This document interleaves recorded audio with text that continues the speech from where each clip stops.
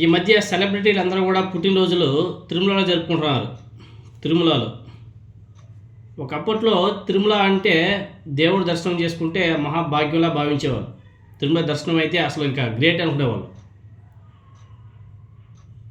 ఒకసారి దర్శనం చేసుకొని ఆ లడ్డు తీసుకువస్తే ఆ లడ్డూని అయితే నెలల తరబడి దాచుకొని మరి తినేవాళ్ళం. ఒకసారి దర్శనం చేసుకొస్తే ఇంకా ఇంకా అసలు ఇంకా అదొక అనుభూతి, అది చెప్పలేదు అదంతా కూడా. ఆ విధంగా ఉండేది. ఇప్పుడు తిరుమలని పుట్టినరోజు వేడుకలు జరుపుకోవడానికి, పుట్టినరోజులు జరుపుకోవడానికి ఒక వేదికలాగా తయారు చేశారు. తిరుమల అంటేనే ఫస్ట్ ఇప్పుడు భయం వచ్చేది. తిరుమల అంటేనే సెలబ్రిటీలు బీభత్సంగా దర్శనాలు చేసుకుంటున్నారు. అదే విచిత్రం. కామన్ మ్యాన్స్ ఇంకా పడిగాపులు కాస్తూ ఉంటారు దేవుడి దర్శనం కోసం.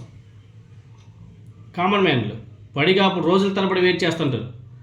సెలబ్రిటీలు 10,000 పెట్టినావా, ఖర్చు పెట్టినావా, టికెట్లు తీసుకున్నావా, హ్యాపీగా దర్శనం చేసుకున్నావా, హ్యాపీగా రూమ్ తీసుకున్నావా, అసలు అదొక ఇంకేం చెప్తాను చెప్పండి.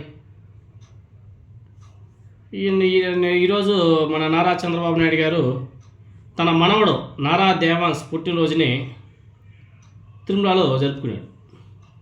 ఆయన మనవడి పుట్టినరోజుని పురస్కరించుకొని చంద్రబాబు నాయుడు గారు ఆయన కుటుంబ సభ్యులు తిరుమలకి వెళ్ళారు. ఆ సందర్భంగా శ్రీవారి దర్శనం చేసుకుని మొక్కులు కూడా చెల్లించుకున్నారు.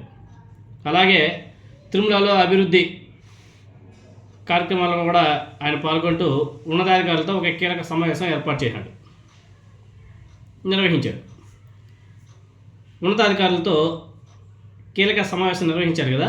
ఆ సమావేశంలో టీటీడీ చైర్మన్ బిఆర్ నాయుడు గారు లేడు. అక్కడ కీలక సమావేశం మెయిన్ ఆయనే ఉండాల్సింది. అక్కడ ఆయన కీలక సమావేశంలో సీఎంతో పాటు పాల్గొనకపోవడం పెద్ద చర్చాంశమే. చంద్రబాబు నాయుడు గారు వద్దు మహాప్రభు వెళ్ళిపో అంటే కూడా ఇండైరెక్ట్గా బిఆర్ నాయుడు ఇంకా అంటి పెట్టుకున్నాడు. సిగ్గు ఉండాలి కొంచెమైనా సరే. నాలాంటి పోటాడు అయితే ఎప్పుడో రిజైన్ చేసి వెళ్ళిపోయాట. ఎందుకంటే మనిషి అయిన తర్వాత కొంచెం రోసం, కొంచెం పౌరుషం ఉండాలి. ఎన్ని అవమానాలు జరిగిన తర్వాత కూడా ఇంకా అక్కడ ఉండడం, ఇంకోడైతే నిజంగానే ఉండరు ఎవరు. ఆ బిఆర్ నాయుడు కాబట్టి ఇంకా అన్నీ వదిలేసి అక్కడ ఉంటున్నాడు తప్ప ఇంకెవరైనా అయితే ఆ స్థానంలో ఎప్పుడో రాజీనామా చేసి వెళ్ళిపోయారు. వైకుంఠం క్యూ కాంప్లెక్స్లోనే ఆర్టిఫిషియల్ ఇంటెలిజెన్స్తో ఆధారిత ఇంటిగ్రేటెడ్ కమాండ్ అండ్ కంట్రోల్ సెంటర్లో నారా చంద్రబాబు నాయుడు గారు సమావేశం నిర్వహించారు.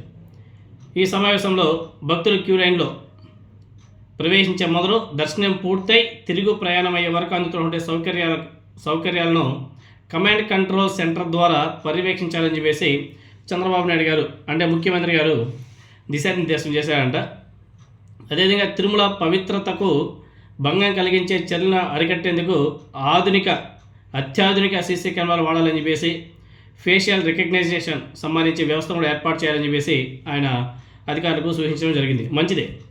అదేవిధంగా ఇంటిగ్రేటెడ్ కమాండ్ కంట్రోల్ ద్వారా క్యూ లైన్ మేనేజ్మెంట్ విధానాన్ని అమలు చేయాలని చెప్పేసి చంద్రబాబు నాయుడు గారు కోరడం. ముందుగా కమాండ్ కంట్రోల్ సెంటర్ సేవల మీద అధికారులు పవర్ ప్రజెంటేషన్ కూడా ఇచ్చారు. ఏఐ ద్వారా భక్తుల రద్దీని ముందుగానే అంచనా వేసి దానికి తగ్గట్టుగా హ్యూమన్ రిసోర్సెస్ను కూడా సమర్థవంతంగా వినియోగించుకునే విధంగా చర్యలు తీసుకుంటున్నామని చెప్పేసి అధికారులు చెప్పడం. ఇంకా మెరుగుపడాల్సిన అవసరం కూడా ఉంది. ఎందుకంటే అత్యాధునిక టెక్నాలజీ వచ్చినప్పుడు దాన్ని వాడుకోవడం తప్పులేదు.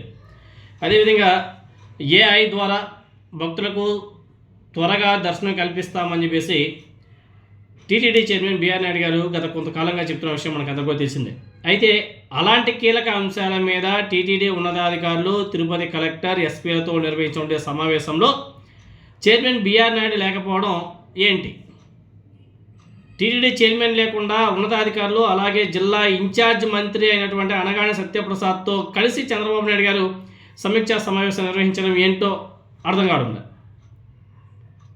సో సీఎం గారు నిర్వహించేటువంటి సమావేశంలో టీటీడీ ఈఓ ముద్దాడ రవిచంద్ర గారు, ముఖ్యమంత్రి కార్యదర్శి ప్రద్యుమ్న సింహ ఆయన, తర్వాత టీటీడీ అదనపు ఈఓ వెంకయ్య చౌదరి, తర్వాత చాలామంది అధికారులు పాల్గొన్నారు.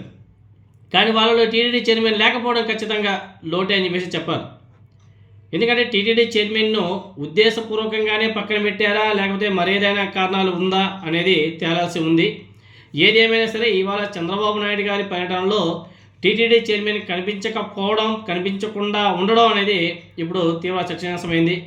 మేబీ పొమ్మనలేక పొగ పెడుతున్నారా అన్న సామెతలు కూడా చెప్పుకోలేము.